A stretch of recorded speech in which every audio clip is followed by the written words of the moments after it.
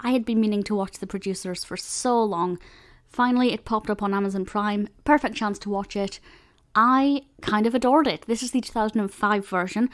I have also watched the 1960s version after this one, so I will do a kind of comparison in my review for the other one. But I will just say I definitely preferred this better. Want to know why? Check out my other review.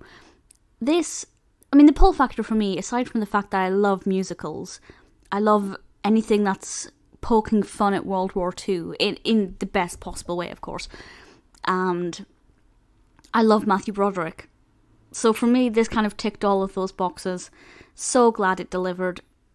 This version is directed by Susan Thurman, and the casting is absolutely amazing. Matthew Broderick as Leopold Bloom, Nathan Lane as Max, Uma Thurman is in it, Will Ferrell, John Barrowman is in it. Not as much as I would have liked, but he is in it and he is brilliant. And in case you're unaware of what this is about, this focuses on Broadway producer Max, who has become convinced that if he puts on a flop, he will make potentially millions because he won't have to pay the investors if the show fails. And he and Leo Bloom set about trying to find a screenplay or a script that will be a disaster, and they fall upon this one called Springtime for Hitler.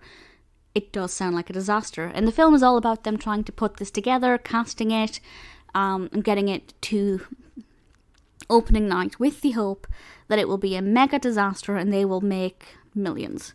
I'm not going to say what happens with it. I will say I was quite surprised with how much time is taken up getting to the point where they begin to discuss the play itself. The whole thing's about 2 hours, and I think it takes well over an hour. I thought the majority of the film would have been about them staging the play. But having said that, the original 60s version it's a shorter film, but it takes even longer to get to that point. So the pacing with this one's definitely a lot better. I think it's a kind of a pleasing length. 2 hour long films I don't usually care for, but because it's based on a stage play, I kind of get the impression they haven't cut out too much. I haven't seen the stage play, I'd love to. That for me is the litmus test of how much I've enjoyed a movie musical if I want to then go and see it on stage afterwards, and I absolutely do. The acting is brilliant, the staging's great, the costumes are fabulous. We need to discuss the music, because it is a musical. For me, the songs were good, they were well choreographed, they were pretty catchy, but none really stood out for me apart from Springtime for Hitler, the titular song of their play. And I find that so catchy and so incredibly well choreographed that it makes up for the fact that the rest of the music kind of feels a bit more mediocre. Not that the songs aren't good, they just would never be my favourite. But Springtime for Hitler, I absolutely adored. I think it's fantastic and it's so addictive, and you will go away singing this. John Barrowman, utterly fabulous, really brilliant, thoroughly enjoyed this. It's a brilliant musical. If you haven't seen this version, definitely watch it. It ticks all of the boxes. I genuinely think you will love it.